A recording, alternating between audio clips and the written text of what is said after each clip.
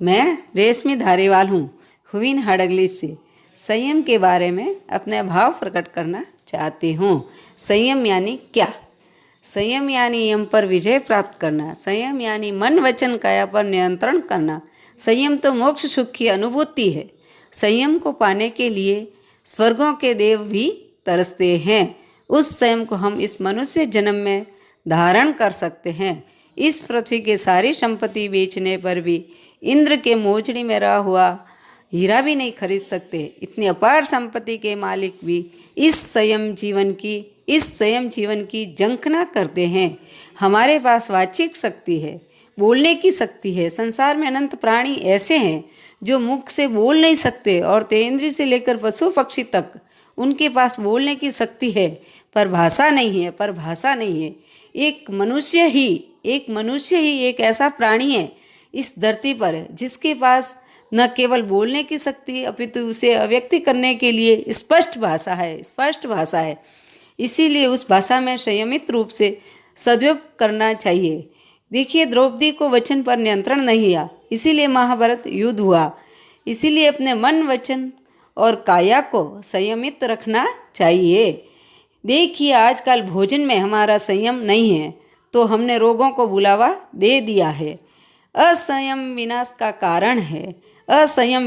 कारण है। समुद्र असंयमित होता है तो तूफान आता है।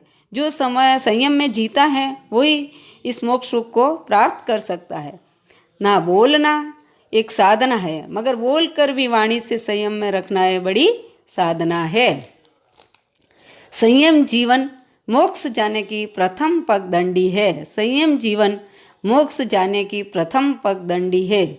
दर्पण हमें हमारा बाहरी रूप स्वरूप बताता है, मगर संयम हमें आंतरिक स्वरूप बताता है। संयम एक ऐसा शस्त्र है जो कर्म युद्ध के समस्त सेवाओं को अकेला ही परास्त कर जीव को मोक्ष प्राप्त कर सकता है, यानी कर्म पर विजय प्राप्त कर सकता है।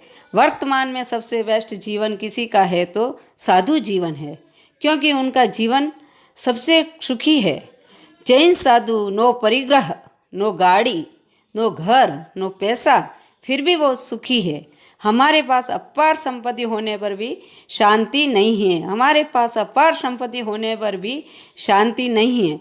उनके पास कुछ नहीं, फिर भी परम शांति में जीते हैं। संयम और संकल्प के अभाव में व्यक्ति के भीतर क्रोध, भय, हिंसा और व्याकुलता बनी रहती है।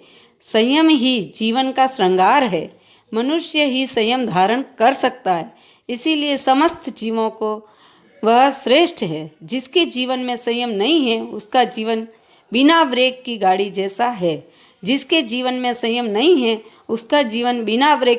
जैसा है। जिसे पुण्य की प्रबलता होती है वही संयम धारण कर सकता है। धन्यवाद।